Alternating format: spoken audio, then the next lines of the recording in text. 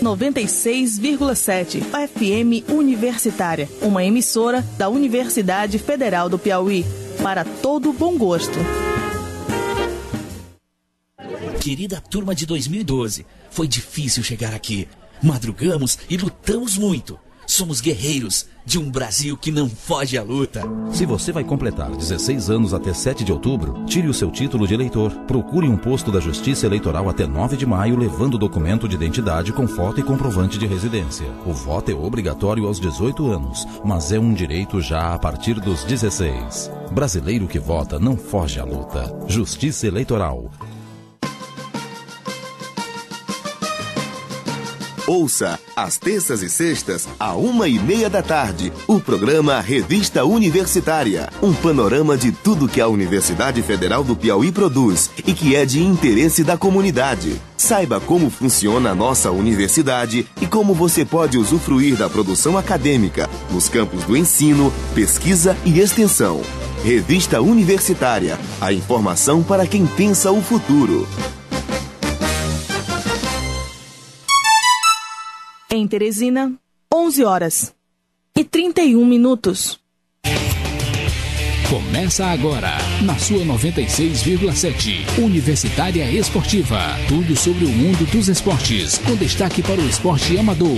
No ar, Universitária Esportiva.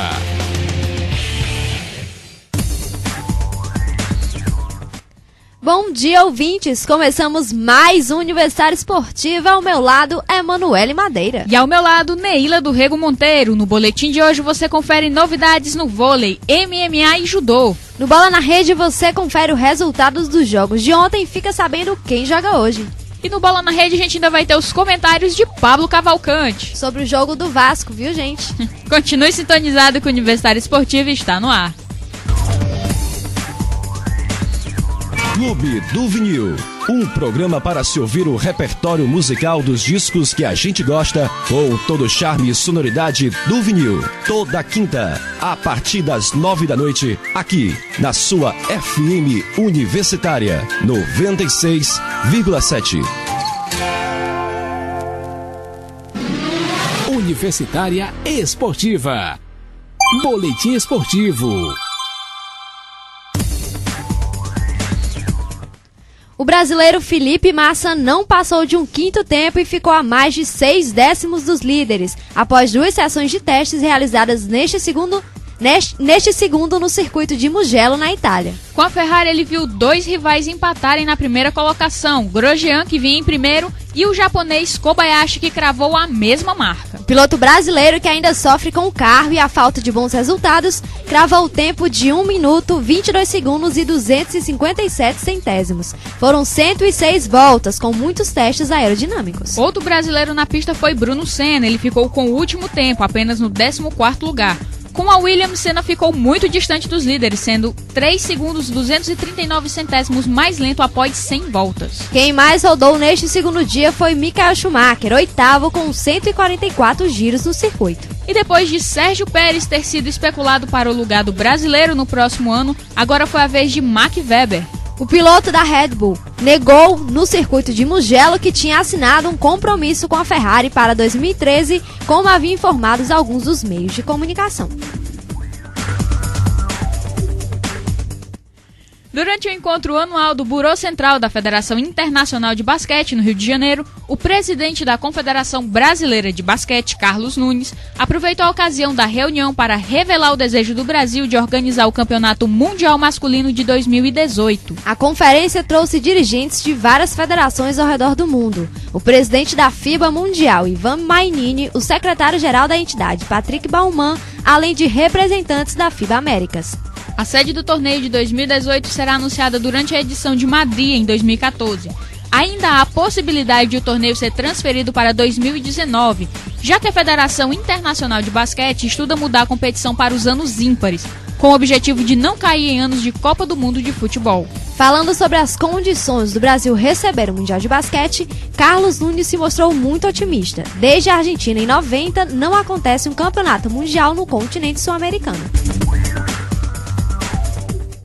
E o UFC 146, que entra para a história como o primeiro a ter apenas lutas de pesos pesados no seu card principal, tem um brasileiro a menos na lista de lutadores. Gabriel Napão queria enfrentar o americano Roy Nelson, lesionou-se nos treinos e está fora do torneio. Os organizadores do evento anunciaram oficialmente que seu substituto para o combate será o também americano Dave Herman, que tem o seu cartel 21 vitórias e apenas 3 derrotas. Vindo de derrota para o holandês Stefan Struve, Herman aceitou entrar no card há apenas cerca de um mês da competição. Roy Nelson, por sua vez, viu pela segunda vez o seu adversário ser alterado para o evento. Originalmente, o campeão do TUF 10 enfrentaria o brasileiro Antônio Pezão.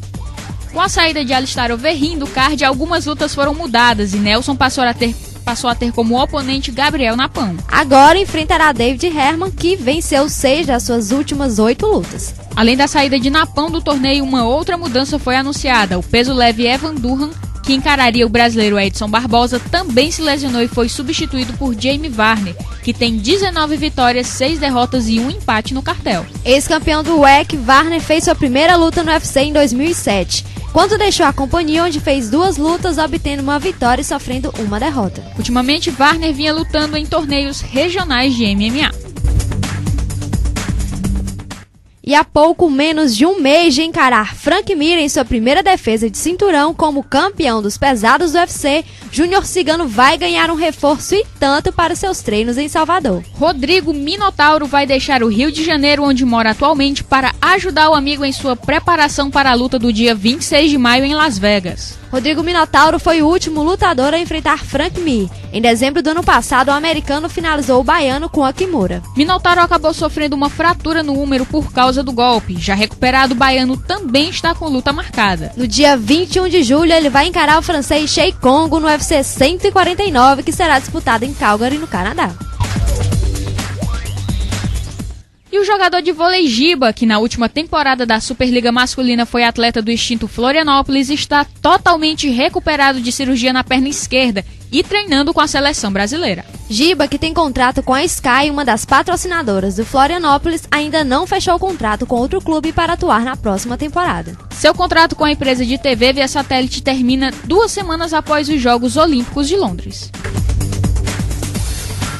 Atual campeão da Superliga Masculina, o Sada Cruzeiro já pode projetar bons resultados para a próxima temporada. Nos últimos dias, a equipe mineira garantiu a permanência dos atletas que triunfaram na competição mais importante do vôlei nacional. O presidente Vitório Medioli enalteceu a qualidade de todos os jogadores comandados pelo argentino Marcelo Mendes. Em período de férias, os atletas do Cruzeiro voltaram aos treinos apenas na segunda quinzena de junho, quando começam a preparação para o Campeonato Sul-Americano, que será disputado em setembro na cidade de Linares, no Chile. Além de assegurar o título da competição, o primeiro colocado do torneio garantirá vaga no Paramundial de Clubes em Doha, no Catar, em outubro. O time do Cruzeiro atualmente é composto pelos levantadores William e Daniel, o oposto Wallace e Alemão, e os ponteiros Felipe, Maurício e Sanches. Centrais Douglas Cordeiro, Acácio, Rogério e Rafael, e os líberos Serginho e Cachel. E o judoca brasileiro Felipe Kitadai ficou nacionalmente conhecido por borrar as calças após fazer muita força em um golpe durante os Jogos Pan-Americanos de Guadalajara no ano passado. De calças brancas, o incidente estomacal acabou aparecendo na TV em rede nacional durante a semifinal. Depois avançou a decisão e ganhou o ouro. Classificado para os Jogos Olímpicos de Londres, o atleta da categoria até 60 quilos diz não ter planejado nada diferente para a competição caso isso aconteça de novo. Nenhum kimono reserva. E afirmou que caso aconteça novamente, já tem uma pessoa a quem recorrer, a piauiense Sara Menezes, que emprestou o seu kimono da última vez. Brincadeiras à parte, Kitadai disse que a competição terá um nível técnico muito alto e não há como fazer alguma previsão de resultado. A menos de 100 dias do início dos Jogos Olímpicos de Londres, ativistas vêm treinando com afinco um novo tipo de modalidade: protestar contra alguns dos principais patrocinadores do evento. Na mira deles estão grandes empresas como Coca-Cola, McDonald's, BP, Dow Chemical e Rio Tinto. Especialistas ligados à área da saúde têm aumentado a pressão pela restrição à publicidade de comidas, tipo fast food em grandes eventos esportivos, sobre a alegação de que essa propaganda incentiva o ganho de peso. Por sua vez, ambientalistas elevaram o tom das críticas contra a participação de companhias envolvidas em acidentes ambientais no patrocínio à Olimpíada. Eles já lançaram inclusive uma campanha intitulada Greenwash Gold 2012, contendo pesadas críticas contra 3 patrocinadores: BP, Dow Chemical e Rio Tinto. Mas falando em saúde, as pesquisas britânicas recentes revelam que 1 em cada 4 britânicos já é obeso. Para os membros de associações de saúde pública da Grã-Bretanha, a obesidade é hoje a principal ameaça à saúde pública no país. Cadbury, McDonald's e Coca-Cola são alguns dos patrocinadores da Olimpíada que têm sofrido com a ira dos ativistas. No bate-rebate de estudos e opiniões, um executivo responsável pela comunicação da Coca-Cola alegou que a publicidade transmitida durante os jogos vai aumentar o número de consumidores de produtos sem adição de açúcar. Enquanto a assessoria de imprensa do McDonald's se limitou a dizer que o patrocínio é essencial para uma bem-sucedida realização da Olimpíada. Universitária Esportiva volta já. Venha dançar samba rock. Tô com saudade de Jackson do Pandeiro. Telefone. Roraima Telegroove fazendo o melhor do samba rock no Bossa Nova. Sexta, dia 4 de maio, às 22 horas. É pra dançar, é pra sacudir, é pra balançar. Roraima Telegroove. Sexta, dia 4 de maio, às 22 horas, no Bossa Nova. Informações 9978-8082. Apoio FM Universitária. Universitária Esportiva. Bola na Rede. Em um duelo dos 2 times recém-eliminados na semifinal do Campeonato Paulista, a Ponte Preta bateu São Paulo por 1-0 em Campinas em jogo adiado das oitavas de final da Copa do Brasil.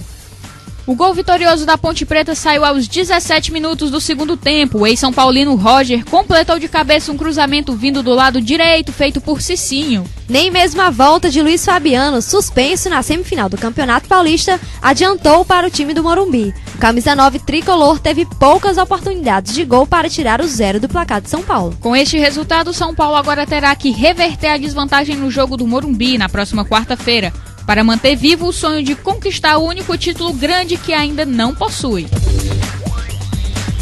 Já em outro jogo da competição, o Atlético Paranaense venceu o Cruzeiro por 1-0 em Curitiba. O único gol do duelo foi marcado por Edgar Júnior, logo aos 7 minutos do primeiro tempo. Edgar Júnior pegou o passe de Guerron e desviou para o fundo da rede para abrir o placar. No segundo tempo, os mineiros voltaram melhores, pressionando, mas não conseguiram transformar superioridade em gol. Com a vantagem, a equipe paranaense precisa de um empate no confronto de volta para se classificar. Se marcar um gol em Minas, o Atlético Paranaense poderá até perder por um gol de diferença. O vencedor do confronto encara Palmeiras ou Paraná nas quartas de final da competição nacional. E ainda falando de Copa do Brasil, o Botafogo manteve-se como o único grande clube do Brasil invicto no ano. Ontem a equipe carioca foi ao Barradão e empatou por 1-1 com o Vitória, pela primeira partida das oitavas de final. Com o resultado, além de chegar à 24ª partida do ano sem derrotas, o Botafogo entra classificado em campo para o segundo jogo do confronto, marcado também para a próxima quarta-feira no Engenhão. Os cariocas jogam por um empate sem gols e também por vitória simples. E o Grêmio visitou o Fortaleza e conseguiu uma importante vitória por 2-0 com gols de Marcelo Moreno e Marco Antônio. O Grêmio abriu o placar aos 11 minutos do primeiro tempo. Marcelo Moreno dominou a bola dentro da área com liberdade e chutou rasteiro sem chances de defesa para o goleiro. Pouco depois, aos 13, o time gaúcho ampliou. Marco Antônio pegou de primeira da entrada da área com a bola no ar e anotou um lindo gol. No segundo tempo, o Grêmio conseguiu administrar sua boa vantagem, mesmo com a expulsão de Pará. Dessa forma, o Grêmio leva grande vantagem para o duelo de volta no Olímpico, dia 9 de maio. O vencedor do confronto vai enfrentar nas quartas de final o ganhador do duelo entre Portuguesa e Bahia, que empataram o primeiro jogo em 0-0. E pela Libertadores, o Boca Juniors saiu na frente, levou o empate e parecia deixar La Bombonera com a igualdade diante da União Espanhola. O primeiro gol do Boca foi do capitão Riquelme, que tentou de perna direita, pegou mal e teve uma segunda chance de finalizar, dessa vez de esquerda. para vencer o goleiro dos visitantes. Agora o camisa 10 argentino tem 22 gols na história da Copa Libertadores e está a apenas um de superar Martín Palermo, o maior goleador do Boca na competição. No segundo tempo, mesmo sem abandonar a defesa, a União Espanhola chegou ao empate no contra-ataque. Jaime saiu de frente para o gol e tocou na saída do goleiro para deixar tudo igual. No fim, porém, Santiago Tanque marcou o gol da vitória ao completar de cabeça e fazer o primeiro dele na Libertadores. A partida de volta, marcada para o estádio Santa Laura, em Santiago, no Chile, está marcada para a próxima quarta-feira. O vencedor do confronto pega um rival brasileiro, Fluminense ou Internacional. Na primeira partida, o jogo terminou 0-0 no Beira-Rio. E o Corinthians visitou o Emelec e volta ao Brasil com um empate por 0-0 na partida de ida das oitavas de final da Libertadores. Depois de um começo de jogo morno e sem grandes oportunidades de gol, o time brasileiro perdeu Jorge Henrique expulso, recuou e contou com as saídas do goleiro Cássio para segurar as investidas dos equatorianos e garantir a igualdade fora de casa. No primeiro tempo, no Equador não teve grandes emoções, os goleiros praticamente não trabalharam. Na segunda etapa, porém, o Emelec começou a aparecer mais no ataque, principalmente nas bolas altas a partir de faltas em volta da área. E foi exatamente essa sequência de faltas marcadas a favor do time da casa que foi irritando os corintianos. Numa dessas, Jorge Henrique parou jogada no meio-campo e, como já tinha cartão amarelo, acabou expulso pelo árbitro. Depois, o time brasileiro passou por alguns minutos de descontrole, quando Danilo e Edenilson também receberam cartão. Com um a menos desde o começo da segunda etapa, o Corinthians ficou mais recuado e o Emelec seguia esboçando uma pressão.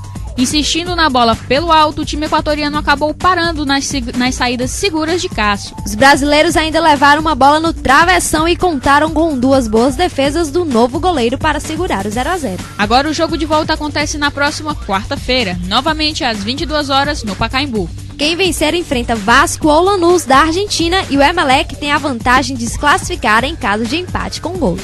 E o Vasco venceu o Lanús por 2-1 no estádio São Januário, mas não abriu a vantagem que esperava no jogo de ida das oitavas de final. Durante o segundo tempo e após o apito final da partida, o técnico Cristóvão Borges foi chamado de burro pelos torcedores. Alexandre e Diego Souza, que fez um golaço, balançaram as redes para o Vasco no primeiro tempo, mas Regueiro descontou para o time argentino após o intervalo. O gol sofrido dentro de casa irritou a torcida vascaína e deixou a definição bastante aberta. Cristóvão foi xingado principalmente quando substituiu o meia Felipe pelo volante Felipe Bastos, mas os jogadores demonstraram apoio ao treinador e deixaram o gramado junto com ele após o final da partida. A partida de volta será disputada na próxima quarta-feira, dia 9 de maio, na Argentina, e o Vasco pode até empatar, que avança às quartas de final. Reforçando, na próxima fase, quem avançar deste confronto vai pegar o vencedor do duelo entre Corinthians e Emelec. E para fazer a análise desse jogo do Vasco na Libertadores, nós estamos recebendo o nosso comentarista super imparcial, Pablo Cavalcante, que vai falar sobre o Vasco. Bom dia, vou tentar ser imparcial. Mas enfim, o Vasco parece ser o maior inimigo dele, porque ele tá com a mania de complicar os seus jogos. O treinador Cristóvão está cometendo alguns equívocos na escalação do time, na hora de substituir. O próprio posicionamento do Diego Souza, que se você lembrar, ele foi eleito ano passado o melhor meia-direita do país, no Brasileirão, tá jogando de ponta esquerda, posição que ele nunca jogou antes e que tá matando o futebol dele, apesar de ontem ele ter feito um belo gol. Que golaço, com direito a chapéu e linda finalização. Foi um golaço. Ele tem também uma mania de substituir o Felipe, independente de como o Felipe esteja jogando. O Felipe ontem era o melhor jogador do Vasco em campo. Ele que dominava o meio campo, estava jogando num setor numa posição que ficava entre os meias e os volantes do Lanús, onde ele tinha muito espaço para lançar o Éder Luiz na direita, ou então a bola no Alexandre ou no Diego Souza no ataque. E o Cristóvão resolveu tirá-lo. Ninguém entendeu e a torcida acabou se revoltando. Não só por isso, acho que a torcida já está um pouco zangada com o Cristóvão já faz um tempo já. Porque ele vem tomando atitudes assim na escalação de time que a gente não consegue entender. O próprio Felipe Bastos, que entrou, é um jogador muito inconstante e ele aparenta ter uma confiança do treinador que ninguém entende. Se fosse, na minha opinião, se fosse para colocar um volante, que fosse o Alan, que é um jogador que eu também acho bem melhor do que o Felipe Bastos, muito funcional, se assim eu posso chamar. E ele acabou sendo chamado de burro por 25 minutos, isso eu nunca tinha visto. A torcida do Vasco esqueceu do jogo, isso também eu acho que foi um erro da torcida.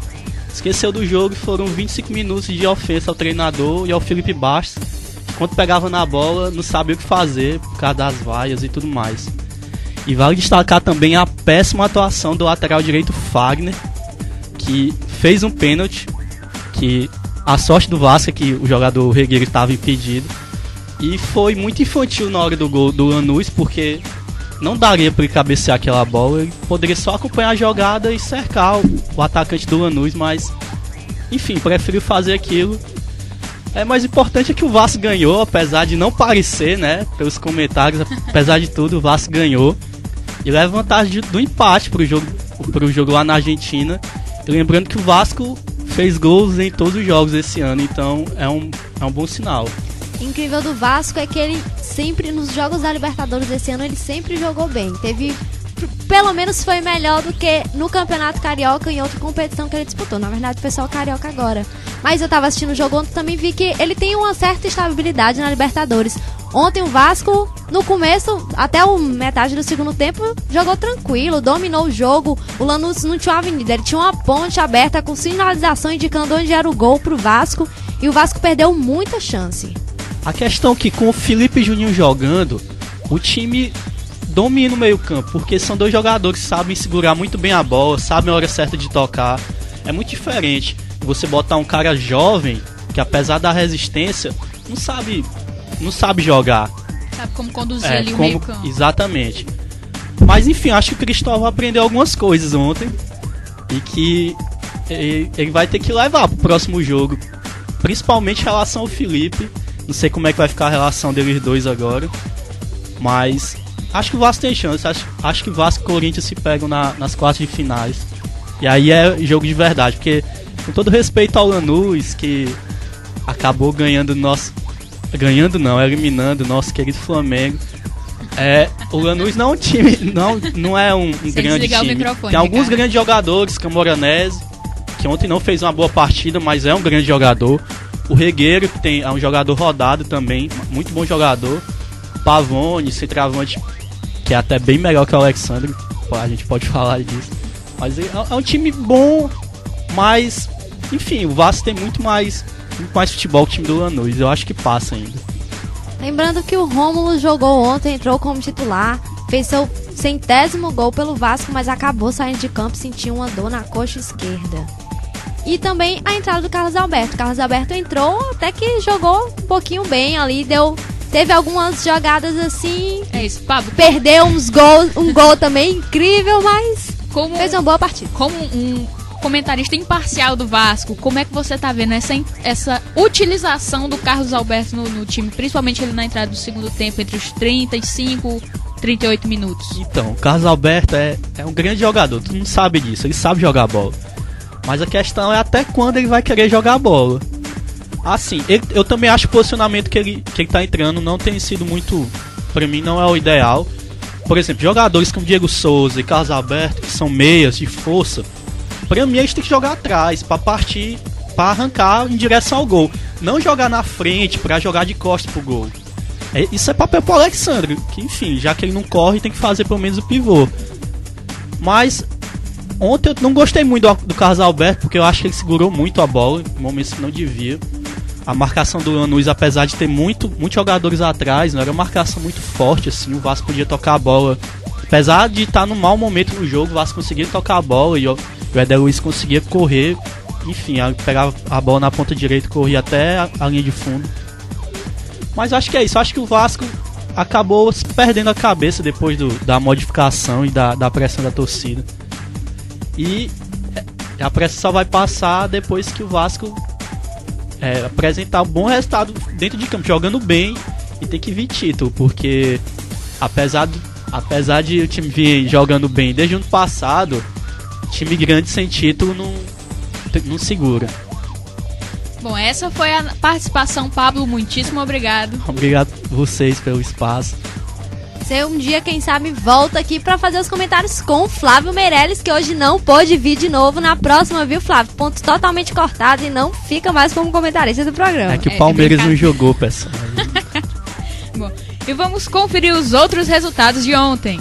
Pelo espanhol, o Zaragoza derrotou por 1-0 o Levante. Já o Valência goleou o Osasuna por 4-0. O Raio Vallecano visitou o Mallorca e foi derrotado por 1-0. E o Real Madrid venceu o Atlético Bilbao por 3-0. Barcelona também venceu, derrotou o Málaga por 4-1. O Sevilha foi derrotado por 2-1 pelo Betis e o Atlético de Madrid e Real Sociedad ficaram no 1-1. E com a vitória, o Real Madrid foi consagrado campeão do Campeonato Espanhol com 2 rodadas de antecipação. Esse é o 32º título do Real Madrid. Felicidade maior é por parar o maior rival, o Barcelona, que tinha vencido as 3 últimas edições. Mas o Messi, em compensação, está levando a artilharia do espanhol com 46 gols marcados. Numa única edição, é recorde do Campeonato Espanhol.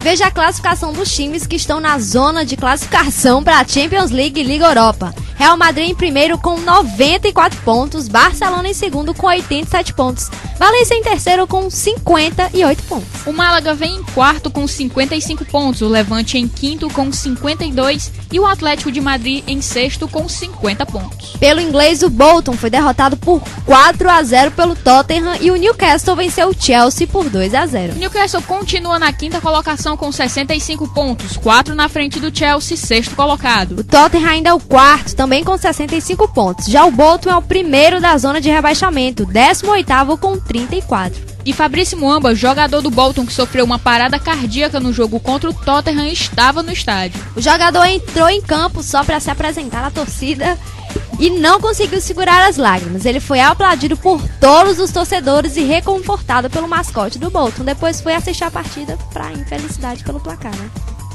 E no italiano, Catania perdeu de 1-0 para o Bologna. O Udinese venceu o Cesena pelo mesmo placar de 1-0. Fiorentina e Novara ficaram no 2-2. Já o Genoa derrotou o Cagliari por 2-1. Juventus e Lecce, Lazio e Siena ficaram no empate em 1-1. Já o Milan venceu por 2-0 o Atalanta e a Inter de Milão foi derrotada por 3-1 pelo Parma. E depois do jogo da Fiorentina, o técnico Délio Rossi foi demitido porque agrediu um jogador do seu próprio time. Na hora de substituir Ladic, o jogador ironicamente aplaudiu o técnico, que partiu para cima do jogador dando golpes enquanto outros tentavam separá-los. O presidente Andrea Della Valle tomou a decisão assim que viu o ocorrido e foi ao vestiário comunicar o técnico. Fogo amigo ali não pode. E os times que se encontram na zona de classificação para a Champions League e Liga Europa são Juventus em primeiro com 78 pontos, Milan em segundo com 77 pontos. O Napoli vem em terceiro com 58 pontos, a Udinese em quarto também com 58 e a Lazio em quinto com 56. No francês, o Nice perdeu por 1-0 para o Lille, já o Bordeaux venceu o Rennes por 2-0.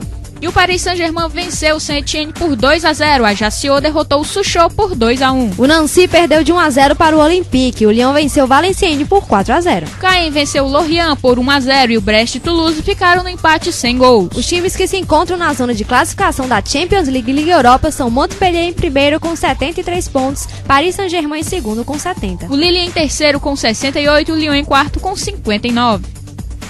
E o Ajax conquistou o campeonato holandês da temporada 2011 e 2012. O 30º título nacional do clube aconteceu ontem após uma vitória de 2-0 sobre o Venlo, dentro da Amsterdã Arena, casa do clube, com uma rodada de antecedência. O time foi eliminado na Liga dos Campeões e depois na Liga Europa. Assim, o Ajax ficou com seu foco no campeonato holandês, conseguindo uma boa sequência de 13 vitórias, coroando uma boa campanha com o título. Os gols da partida foram marcados pelo meio Sien de Jong aos 8 minutos de jogo e aos 13 da segunda etapa. O maior rival do Ajax é o PSV, que possui 21 títulos. Eles possuem a marca de 7 campeonatos seguidos entre 2000 e 2008. E hoje, pela Libertadores, o Deportivo Quito enfrenta a Universidade do Chile às 21h15. Pela Copa do Brasil, Paysandu encara o Coritiba às 19h30 e o Atlético Mineiro recebe Goiás às 21h50. E no francês, o Dijon enfrenta o Auxerre às 14 horas. E quem quiser mandar sugestões, críticas ou entrar em contato com a Rádio FM Universitária, liga para o telefone 32 37 16 19. Repetindo, 32 37 16 19. E o contato com o programa Universitário Esportiva pode ser feito também através do nosso e-mail, universitarioesportiva@hotmail.com. Anotem, universitarioesportiva@hotmail.com. E o pessoal do Parkour já divulgou a lista de treinos do mês de maio. Neste domingo eles vão treinar na Praça da Cepisa às 15 horas. Infelizmente por hoje é só. O Universitário Esportiva chegou ao fim. O programa foi apresentado por Neila do Rego Monteiro e a Manuele Madeira, com participação de Pablo Cavalcante. O programa é realização da FM Universitária 96,7. Direção-geral do professor Paulo Vilhena, trabalhos técnicos de Ricardo Souza e produção de Naira Macedo. Amanhã o Universitário Esportivo está de volta com mais novidades, então sintonize às 11h30 na FM Universitária 96,7. Muito obrigada pela audiência e continue com a nossa programação. Você ouviu Universitária Esportiva. Obrigado pela audiência e continue na nossa programação.